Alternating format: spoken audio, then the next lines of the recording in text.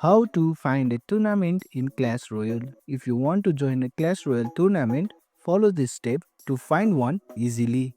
Open your Clash Royale application. From the main page, you have to tap onto the tournament tab. At the bottom, you have to join a tournament to see the available tournaments. Use the search bar to find a specific tournament by the name or code. If it's public tab, join and wait for it to start. You can check global or local tournaments. For global tournaments, official Supercell tournaments with big rewards, custom tournaments, player created tournaments that you can join for free. You can tap Global Tournaments tab to see official events. You can also find tournaments on social media and Discord. Many YouTubers, streamers and communities host Clash Royale tournaments. You can also create your own tournaments. If you can find one, you can create your own tournaments. You just have to tab on Create Tournaments. Set the name, description, rules and password.